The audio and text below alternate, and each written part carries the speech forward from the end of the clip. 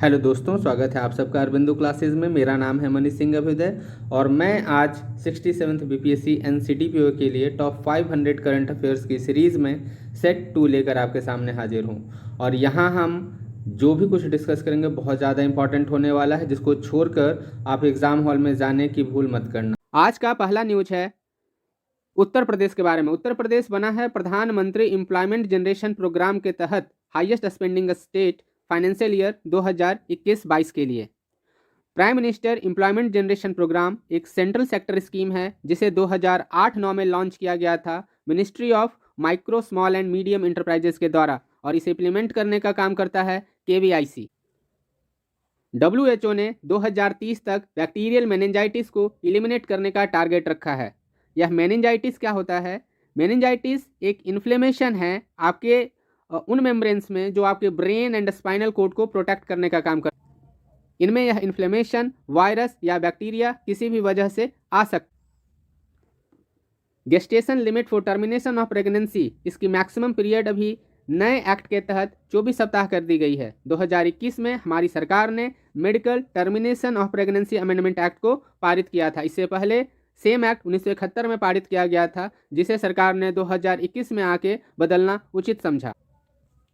1971 के एक्ट के तहत मैक्सिमम पीरियड जो टर्मिनेशन ऑफ प्रेगनेंसी के लिए था वो किसी भी हालत में 20 सप्ताह से ज़्यादा नहीं हो सकता था, लेकिन अभी इस पीरियड को 24 सप्ताह तक कर दिया गया है। पहले इस एक्ट के तहत अनमैरिड वुमेन नहीं आते थे, लेकिन अभी 2021 के एक्ट में इन्हें भी शामिल कर लिया गया है।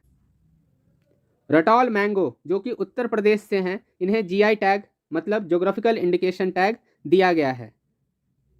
और इस तरह के सवाल पहले भी यूपीएससी और अदर स्टेट पीसीएस में पूछे जा चुके हैं। डीएपी जो कि हमारे देश में यूज़ होने वाला एक बहुत ही इम्पॉर्टेंट फर्टिलाइज़र है। कहा जाता है कि यह यूरिया के बाद यूज़ होने वाला दूसरा मोस्ट एक्सटेंसिवली यूज फर्टिलाइज़र है, और इसके लिए हमारे देश और रसिया के बीच में एक एमयू साइन हुआ है कि वह हमें डीएपी यानी कि डाई अमोनियम फॉस्फेट का सप्लाई करे, क्योंकि हाल के दिनों में यह पाया गया है हमारे देश के जो भी महत्वपूर्ण एग्रीकल्चर स्टेट हैं वहाँ डीएपी खाद की कमी पाई गई है।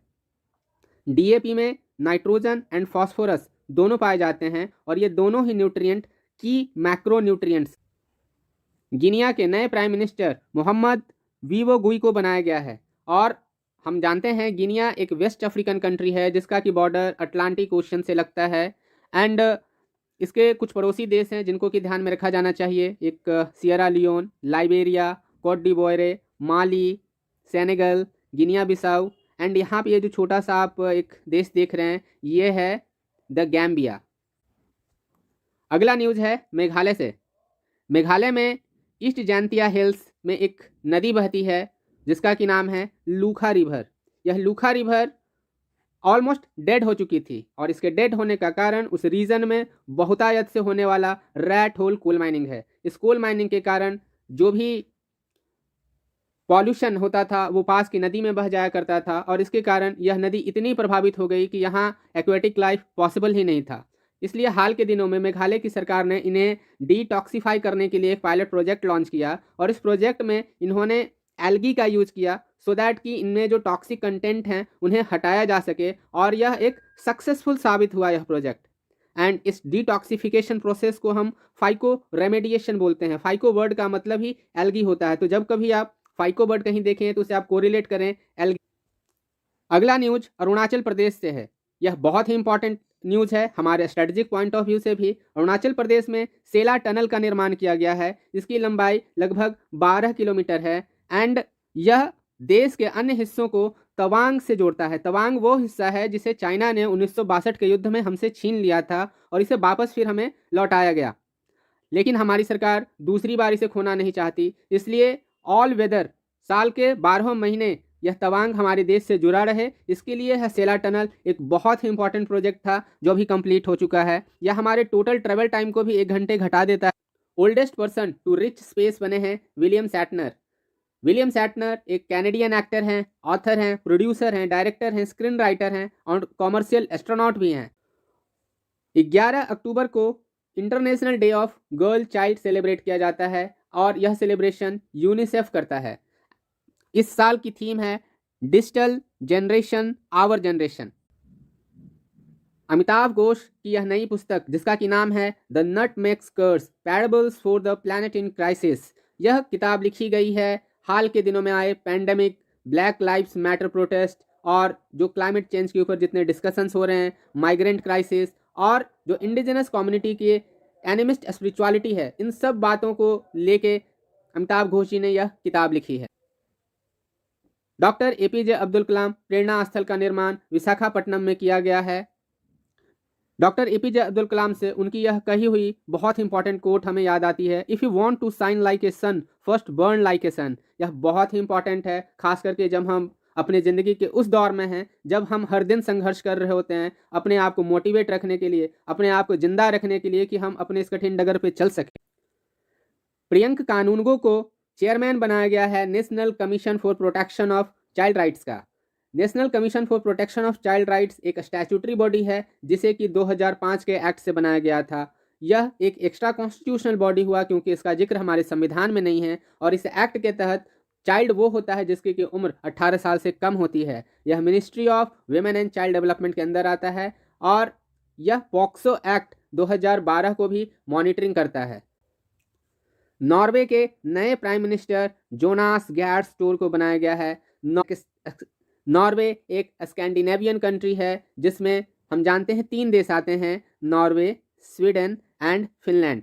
नॉर्वे का कैपिटल ओस्लो है और नॉर्वे का ही एक इम्पॉर्टेंट पार्ट है स्वालबार्ड, जहाँ के क्रायोजेनिक कंडीशन में दुनिया के विभिन्न देशों से वहाँ के इंडेमिक प्लांट्स के सीड्स को लाके प्रिजर्व किया गया है। इस स्वालबार्ड में हमारे देश भारत से भी कई सारे इंडेमिक प्लांट्स के सीड को प्रिजर्व करके रखा गया है। अगला न्यूज़ भारत के कोविड-19 वैक्सीनेशन प्रोग्राम से है। हम यहाँ देखते हैं कि इसके जो एंथम है उसे गाया है हमारे देश के एक बहुत ही फेमस गायक कैलाश खेर जी ने।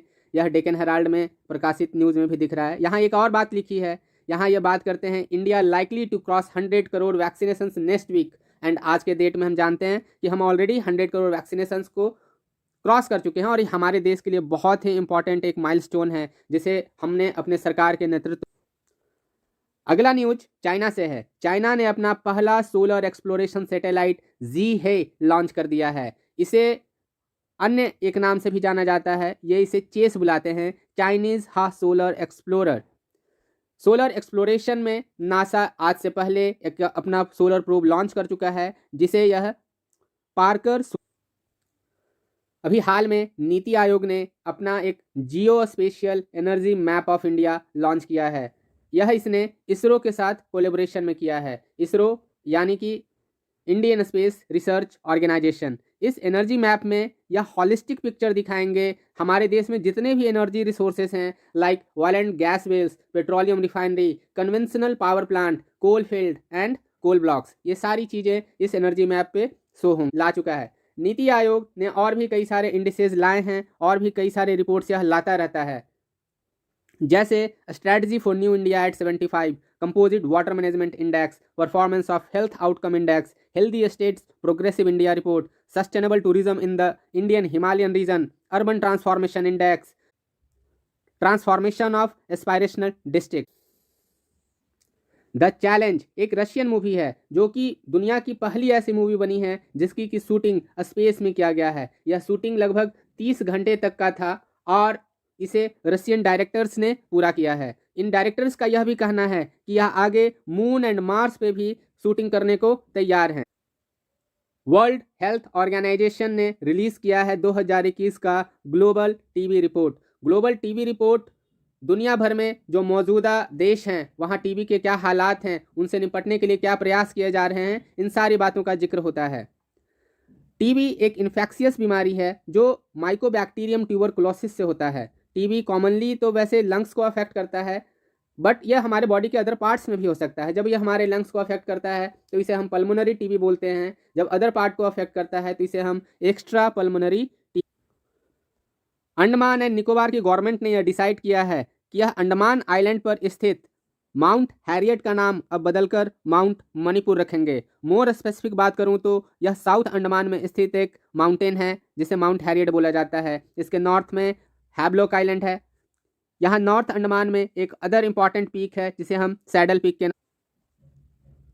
मेरा घर मेरा नाम स्कीम यह लॉन्च किया गया है पंजाब सरकार के द्वारा। इस स्कीम के तहत यह ऑनरशिप राइट देंगे उन लोगों को जो कि लाल लकीर के नीचे रहते हैं। लाल लकीर मतलब बीपीएल रेखा के, गरीबी रेखा के नीचे रहने वाले लोगों को पंजाब सरकार इस स्कीम के तहत ऑनरशिप राइट देगी, जहां वो जिन घरों में रहते हैं। यहाँ देख लेते हैं पंजाब के कुछ बॉर्डरिंग स्टेट्स के बारे में। पंजाब के बॉर्डरिंग स्टेट्स में हिमाचल प्रदेश, ऊपर जम्मू कश्मीर, और इधर आप हरियाणा को भी देख सकते हैं, एंड राजस्थान। और इसका एक इंटरनेशनल बॉर्डर भी है जो बहुत ही इंपॉर्टेंट है, वह पाकिस्तान से लगता है। इक्वाडोर में 60 दिन की इमरजेंसी घोषित की गई है, वहाँ वायलेंट ड्रग क्राइम्स में राइज होने के कारण। एंड इक्वाडोर एक साउथ अमेरिकन कंट्री है जिसका की बॉर्डर पैसिफिक ओशियन से लगता है, एंड इसकी राजधानी कुशीनगर इंटरनेशनल एयरपोर्ट का उद्घाटन हमारे देश के माननीय प्रधानमंत्री नरेंद्र मोदी जी ने किया है। यह उत्तर प्रदेश में स्थित वहां का एक अंतर्राष्ट्रीय हवाई अड्डा है। Harsh realities the making of Marico, इस पुस्तक को लिखने वाले हैं Harsh Mariwala and Ramcharan ji. Mercer CFS ने लाया है 2021 का ग्लोबल पेंशन इंडेक्स। इस इंडेक्स में भारत का रैंक 40वां है, और यह रैंक 43 देशों में है, जो कि बहुत ही सराहनीय नहीं कहेंगे। Author of the book Hitler and India, Vaibhav प्रशासन गांव के संग, इस कैंपेन को लॉन्च किया है राजस्थान की सरकार ने। राजस्थान का भी एक बहुत बड़ा बॉर्डर पाकिस्तान से लगता है, और इससे बॉर्डर लगने वाले हमारे देश के कुछ अन्य राज्य हैं गुजरात, मध्य प्रदेश, उत्तर प्रदेश, हरियाणा एंड पंजाब। मध्य प्रदेश सरकार ने मुख्यमंत्री राशन आपकेदार योजना लॉन्च की है। मध्य प्रदेश सरकार ने मुख्यमंत्री राशन आपके द्वार योजना लॉन्च की है। इस योजना के तहत 16 जिलों में काम किया।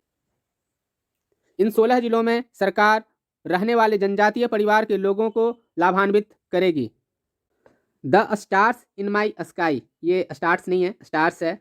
Those who brighten my film journey, इस पुस्तक को लिखा है दिव्या दत्ता जी ने।